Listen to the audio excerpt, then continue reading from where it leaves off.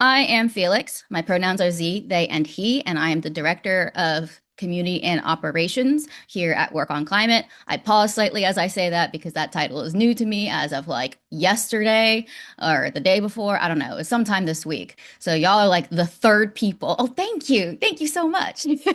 Yeah, all of y'all collectively are the third people that I have introduced myself in such way to. So appreciate it. Oh my gosh, I'm feeling so celebrated. Thank you all very much. It's a delight to do it, delight to be here, and also a delight to share the space with Matthew and Yashi, who are so generously sharing their time, expertise, and just genuine thoughts with us, right? Because like I don't know, there are a lot of experts in the climate space, and sometimes you just need to meet people, like just meet people, and then also recognize that people and experts are not mutually exclusive. Um, so yeah, it's a little bit different than our usual success stories. We're not going to really be focusing on like, I made it and this is how, because certainly while Matthew and Yashi have gotten to great points in their climate journeys, I don't know that we ever feel like we've made it, Like I can't speak for Matthew and Yashi. Okay, I'm seeing some shaking of head, right? It's sort of like when you realize that nobody feels like an adult. Like I don't know about y'all, but I've definitely had that experience where I'm like, I'm an adult now, and you just realize that everybody is just going through it with you. So that's something that I'm really interested in. So yeah, as I introduce our speakers, you might see yourself in what they're describing. Feel free to put those reflections in chat. We're going to do breakout sessions, and it's going to be a pretty good breakout session. I think we're trying to get 20 whole minutes in there, and there'll be very small groups, like 2 to 3 people. So the idea is to really, really get your conversations going, be able to get deep into it. And I'm going to thank you all in advance for meeting us there, sharing your good, vulnerable selves with us. It is a safe space to do so, in which I consider a safe space as a place where we can learn and grow together without any kind of feelings of shame or any sort of like guilt or if we are feeling those things, we hold space for them and then we let them go, or we figure out what do we need to move past those feelings. Yeah, because you're feeling your feelings and there's nothing wrong with that. So all that being said, again, ask any questions you feel you might need to ask in the chat. We'll be keeping an eye on that. And same thing can be about what we're talking about, can be logistics. Happy to help. I'll introduce our speakers and also shout out to Nicolette. Nicolette is the Community Activities Team Lead here at Work on Climate. She's one of our very many volunteers who make this organization run. So in addition to Matthew and Yashi, thank you, Nicolette. So Matthew, Matthew Karmel, he is okay, also stop me if I get anything wrong, y'all. Like just interrupt. You like, Felix, get out of the way. I know my life. I'm the expert on my life, not you. But Matthew is an environmental and sustainability lawyer leading the practice at Offit Kurman. A key thing to flag about Matthew's story is that he didn't leave law. He didn't retrain and didn't wait for the industry to change or anything like that. He built a climate focused practice from the career he already had. He also runs a newsletter to help other lawyers do the same thing. And even if you're not a lawyer, the through line for today, I think, is going to be not like, how do I get into climate, but how do I build from where I already am?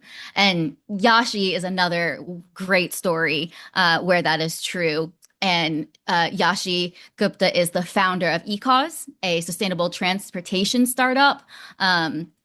She spent 5 years as a software developer before the gap between, her work and her values started to feel impossible to ignore. And I'm sure that's something that all of y'all can relate with. So again, she didn't make one big pivot. She actually made a series of small moves, starting with an accountability community at Work on Climate, which I remember that post, Yashi, like you were in the Learn Workplace Climate Action channel and you were like, yo, who just wants to start this thing? Like that was so cool. I actually revisited it yesterday and saw that it came up too as a part of somebody else just prompting like, hey, what are we going to do for Earth Day? Like you were like, Earth Day. I'm talking Earth Year. Like you were all about it. So yeah, you move from that accountability community to sustainability initiatives at your workplace, to climate-based fellowship, and now you've got a startup. And like none of those steps were guaranteed to lead anywhere, but you had your next step and you just took it.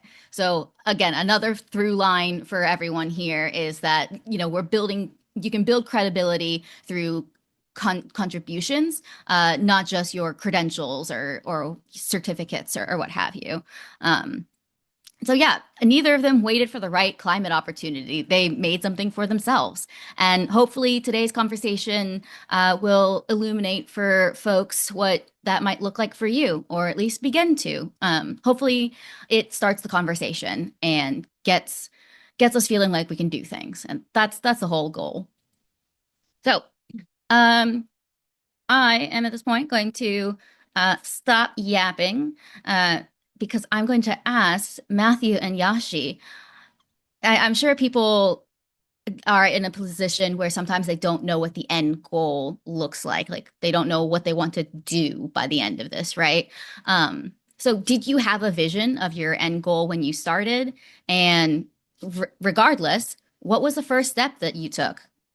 And I'm gonna let y'all like fight for who goes first.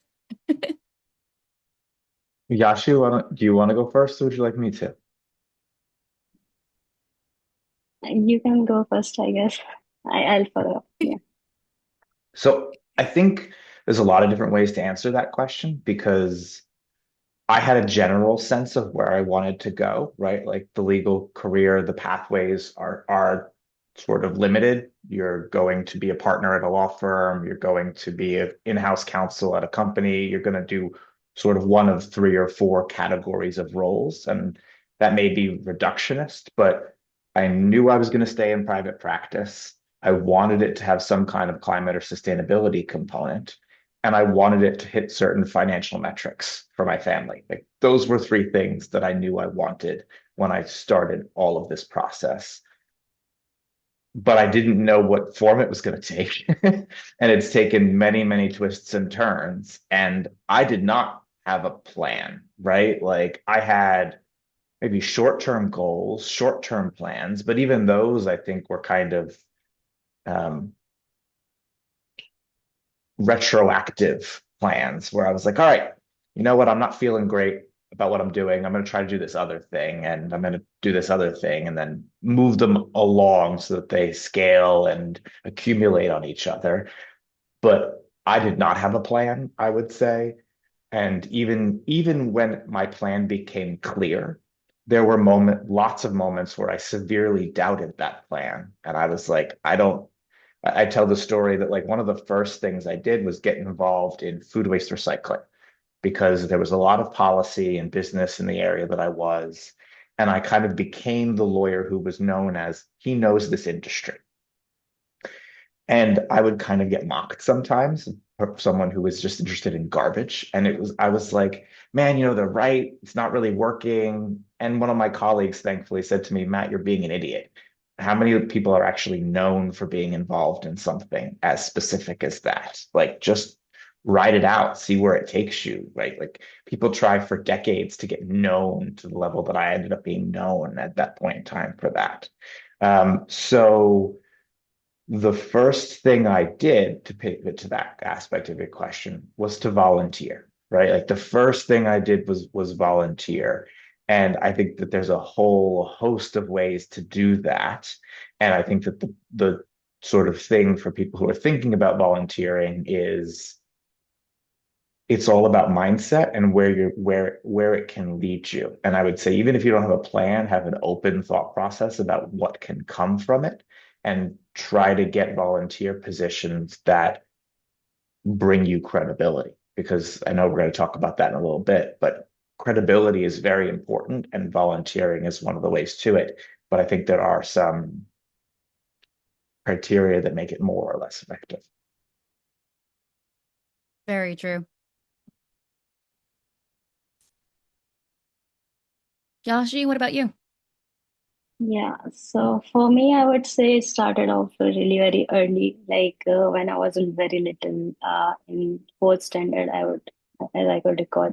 It was in 2004 when a tsunami hit India. and this is in the southern parts of India, and we collected funds for for the people who were affected by that. So I remember being touched upon with, climate change and its vulnerability and its effect back then. Then I started off with 4 years after that. I kind of, along with my sister, actually basically cleaned a waste dump near my locality. And actually, because back then we didn't have, cleaning vehicle mechanism as such in our, although we have it now. So we kind of collected a dump and actually cleaned that locality itself. Suppose that, like, I mean, I took small steps. So basically, I was quite interested in sustainability and climate side of things. So I started studying about that, and actually started participating in quizzes and competitions within school. Post that, like, if you talk about working on Kaizen and that, so that is when I was working as a software developer. So I thought, like, I was working fine in terms of career and everything, but there was something like, from since childhood I wanted to work for the environment, do something for the same. So I felt the urge to start a community of sorts. I watched a video from this very great saint Swami Sarvipriyananda, who mentioned the concept Kaizen, the Japanese concept, which says start with the smallest, practice the easiest. So that actually intrigued me a lot, and I kind of built the community. And I started off with a small, basically, very, very small, like within my friends and family members. Then I thought, okay, while I was working with Jiva Agritech, like as a software developer, I just, pioneered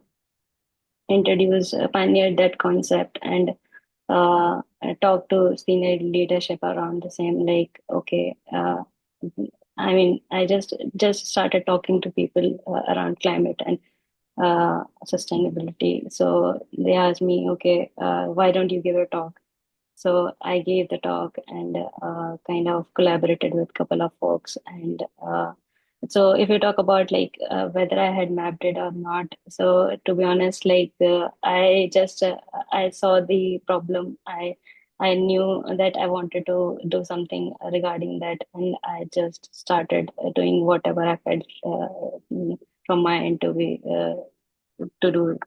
But for somebody like who is planning to do something on a scale or something like that, I would suggest map the things, with business outcomes, and like the way you map product outcomes with business outcomes.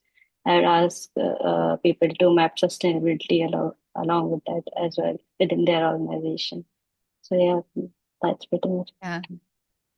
Thank you. Thank you both for sharing. One thing I noticed through both of your stories here is that you came across that credibility. You were recognized by other people before you really felt like an expert or a credible, source yourself. Matthew, you were getting very well known in a particular area.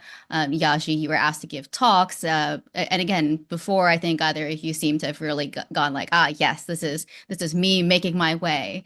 And one thing I want to point out too is, like, Matthew, you mentioned, like, it's all about mindset when it comes to volunteering and where it can lead you. And I would encourage folks to have an open mind when it comes to that, right? One thing I think is, like, if you enter your volunteership with a specific goal in mind, it can really pen you in when it comes to volunteering, because volunteering exposes you to so many different kinds of people and so many different kinds of work and stuff that you might not get a chance to do if you weren't volunteering. And that's just spoken as somebody who has both volunteered and managed volunteers for many years. Do you mind if I offer a Yes, thought on that further? Right. So like hit me. when I think about volunteering, I do like to think about why I'm doing it in the first instance, Mhm. right? Because it is a networking exercise, it is a skill building exercise, and it is a resume builder to me. Like those are the three general ways I think about volunteering. And depending on what you need, you might get all three of them. You might get one of them. You might be able to design a position to get different things. I know we're going to talk about this in a second, but right, like if it's a resume builder that you need, you want to try to get a position that has a title attached to it, or that has visibility attached to it, or that has a specific project that you can put on a resume for it. If you're into it for networking, then you don't need that the same way, right? Like it's a different type of skill set. So I do think it's helpful to be open, but to keep thinking Mhm. about sort of like maybe you have five things that you think about when you do volunteering and you're trying to see which direction you're trying to go at that moment to build something. Yeah. No, that's really helpful. It makes the volunteership feel actionable, and there are definitely places where you can bring that in. And as again, somebody who manages volunteers, I if you're in a place where there's a volunteer coordinator, I highly recommend that you talk to them about what your goals are, because I'm personally very invested in what my volunteers' goals are, and I try to kind of integrate that into everything that we do. So kind of in the vein of like building credibility, um, working our way towards goals. Like I know for me, there have been lots of things that I have done and still do that have built my credibility in my field. Um, and we've touched on some of that for y'all. Is there anything else that you would add that kind of contributed to your credibility that you didn't even think of? Like Matthew, you're saying like in the case of your volunteership, you had some like a I don't know how to call it, like a North Star, a few North Stars in mind. Anything that you might have done that didn't have any North Star? I think back to like the original comment, right? The North Stars come after having gone through the process several times and iterating it and seeing what works. Now I know what my North Stars are when I go through those things. But on the overall point of credibility, I feel like what I would want to say is I'm not sure how this stacks up to other industries, right? But I think it does. So law is a very sales-based industry, right? Like success in a private law firm is based on how many clients that I had in one sense, right? That's one metric of success.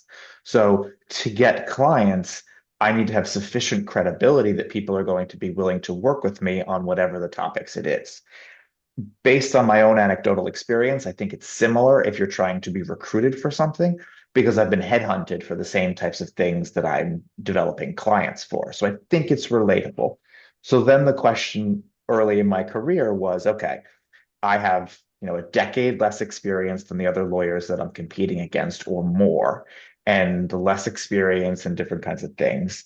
How am I going to establish credibility? Because there's plenty of rooms I walked into, said, "Hi, my name is Matthew Karmel.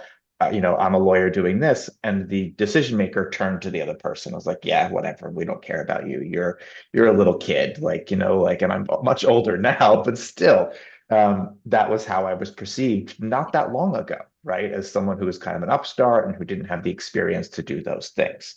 So, um, how are different ways that I built credibility? And one of the things that I like to think of in this concept is borrowing credibility. And it's something that I like to think of as, and this may be something generic that I stole somehow, but in my mind, right, like I would always try to get involved in things that were bigger than myself and get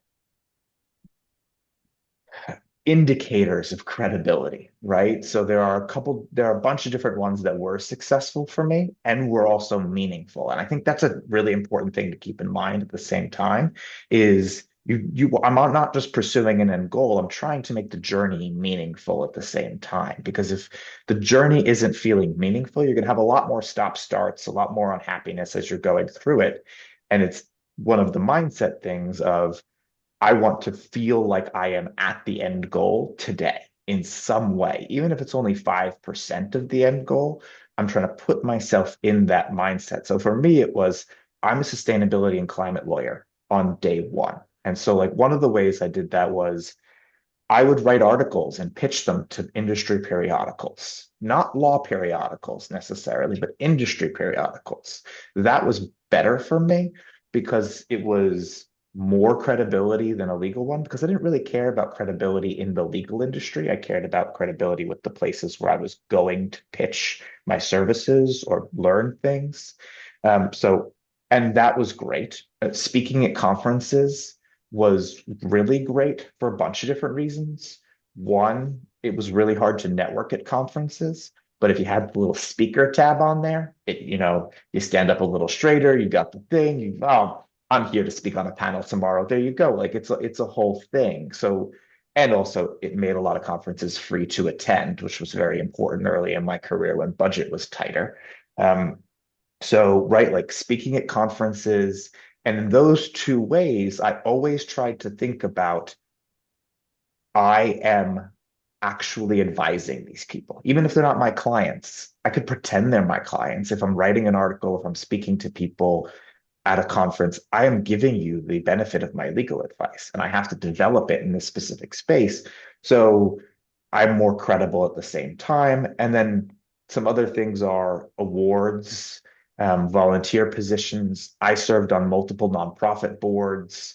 I served on, multiple industry group committees and things like that. And I will say this always with a title attached, right? Like that was always part of it. And even when I started the current job that I have, which is, at a large law firm, national law firm, as the quote unquote chair of their environmental and sustainability committee, that title was negotiated at the beginning of my practice because I said, I'm not joining unless you're willing to give me the title that says this. Now I had the leverage to say that at that moment, but it was also slightly aspirational at the time, right? Like my practice was probably 25% sustainability. And it's still somewhere between 40, I'd say, and 50% of the sort of sustainability climate stuff. So that's a lot of what I think about credibility and how I've used it in my career. Thank you. Love the concept of borrowing credibility. Um, Yashi, what about you? Especially, like Matt, you were beginning to speak at different contexts. Yeah, so I mean, I have a slightly different, thing to share about on this topic. Like, I feel like credibility is something which actually follows once you start taking actions and you start putting efforts into any direction that you want to take, right? Basically, for me, I wanted to do something. Although, like, we need to have a clear map out plan if we want to achieve something. But credibility is something that which is actually a lagging indicator, I would say, rather a leading indicator to share about. So yeah, on that front, I would say like just start with something very small, and if you are targeting something like 1 month, so just break it down into small pieces and actually start working on that. And credibility is something which will follow up. I totally agree with Matt on that part, that in order to compete with other fellow mates and actually putting yourself in front, you need to be credible enough, right? But if you are starting really very small, and you are just beginning your journey, then in that scenario, it actually builds up over time. And you just focus. I would say one should just focus on what they want to do, and basically why they want to do it, and then they'll figure it out, like how they're gonna do it. Yeah, so I'm hearing a couple different things. Like, one is to, go and do it. The credibility will come, and there's also the approach of like build that credibility into the experience as you're going. So, you know, we've talked about where a lot about how you all started and the journey and everything, but just concretely, also just kind of person to person, if someone wanted to be known in your corner of climate, or just kind of like be where you are now or be further than where they currently are, if somebody wanted to advance in that way, where would you tell them to start? How can they start looking at their own kind of world, their own purview to find opportunities like this? I think I'm going to echo something Yashi keeps saying, which is start with the smallest action you can think of, right? Like, because that was critical in my transition as well, that I was just like, okay, I've got all these obstacles. What is the one way I can do this that navigates around all of the obstacles, right? Like, I don't have a client who I want to work, who wants to work with me on renewable energy. So I'm going to write an article on renewable energy instead. There you go. I've done something. And I think that one other concept that I like to think of in my career is sort of like keeping the activities that I'm doing feeding each other. So like if it's not a necessity, but I like to be doing something that feeds something else. So like if I'm doing four different activities at the same time, I like to try to think about what's the thread that helps each one stand on each other's shoulders rather than them being completely disparate, because it helps me think of the narrative that I'm telling over time. And also, it keeps me a little more focused. And that doesn't mean that I'm not changing lanes at different times, because I certainly am, and deciding, okay, this was a dead end. But then I'm always trying to weave it all into a narrative and keep it all recycling to each other. And like one example of that just is like, doing work in this volunteer capacity mattered to this industry group that I was working with. So, right, like, so it's something I could talk about with them. And at a certain point, everyone cares about climate what that you get to, so you can sort of like translate it. But I think that's something else I really like. So I would start small, start with whatever's the easiest thing you can do. And I think I've mentioned mindset a couple times, and that's the most critical thing. Yeah, I Thank, totally thank agree. Like mindset, you need to have a correct mindset to actually proceed on with things that you want to do. Yeah. Excellent. Thank you. And we'll go ahead and get into some of these things that you've been talking about. Let me get my little slideshow out again. I also just learned that I can broadcast into breakout rooms, so that's pretty cool. Um, where'd my window go? I've lost my window. I hate when I open up like chat or my presentation mode and then it just decides to make my entire Zoom window disappear. So I can't find you guys anymore. All right, I'll figure it out later and broadcast to the rooms. But Nicolette will also put our breakout room chat prompts into the chat. Thank you. And what I want folks to do, and we'll have about 15 minutes, is you'll be in small breakout rooms. Nicolette will open them up for us, 2 to 3 people per room. And what'll happen is you'll discuss the breakout prompts after introducing yourselves. It's easier to talk to people who you know a little bit about rather than just total strangers. Because we're going to ask you to find these opportunities to just start something or borrow credibility. No one's surprised. I changed the breakout room prompts again, literally as we were going. But and then so what's one thing you can do in the next week that would be a step towards doing that? And finally, what kind of person or expertise would help you begin? So hopefully these prompts all kind of build on each other so you don't feel like you're just answering a few disparate questions. Again, I will put these breakout prompts into the broadcast as soon as I find my Zoom window again. So yeah, Nicolette, you can open up those breakout rooms whenever you are ready. And if anybody needs help, we are here. Yashi and Matthew may be bouncing around to different rooms, so don't be surprised if one of them pops up. Don't be intimidated. We're all friends here. Thank you.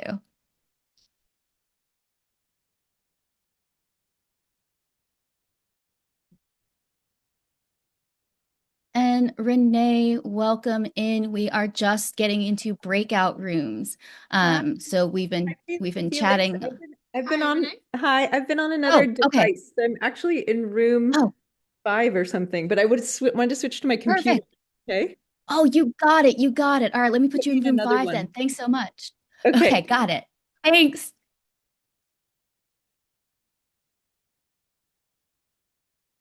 Hey, and then okay. So hopefully y'all had some good discussions in your little groups.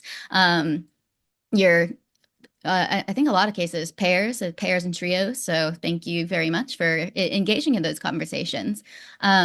I would love to just take a minute to hear from some of you. If somebody's brave, I forgot to warn you ahead of time that I would ask you to be brave, but hopefully we have some brave folks in here who might feel comfortable sharing what came up in those rooms. It could be something that really resonated with you, whether that's the next opportunity, the action step, the help you need, or something else. Like there's a lot of like sort of Renee Lertzman calls it ambivalence, but not ambivalence in the like, I don't care kind of way, but ambivalence in the there are two things that are true, and they can be kind of influential on one another.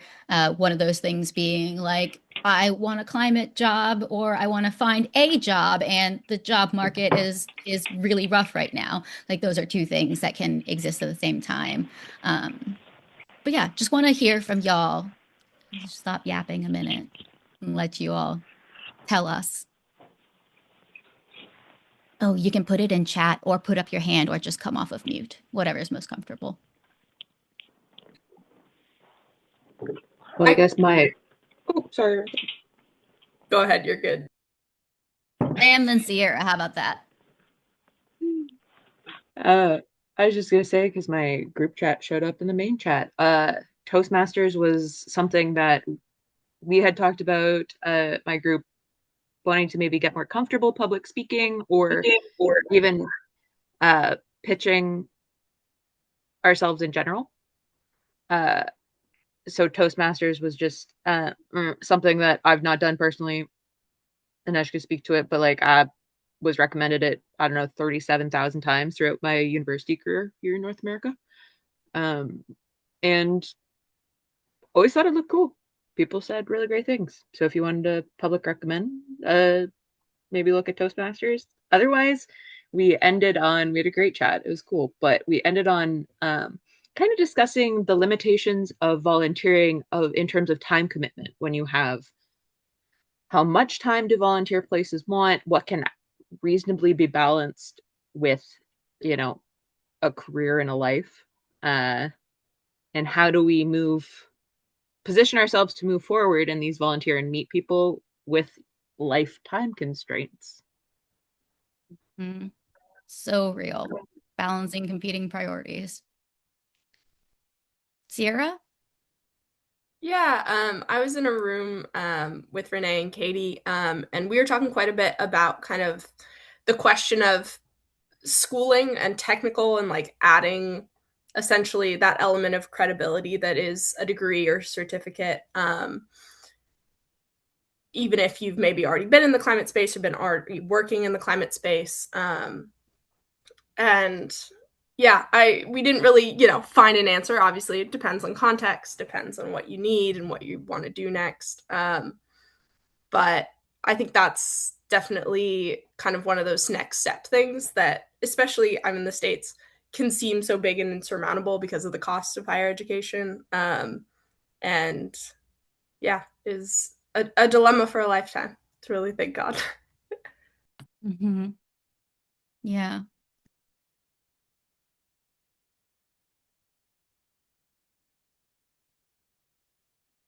I can go.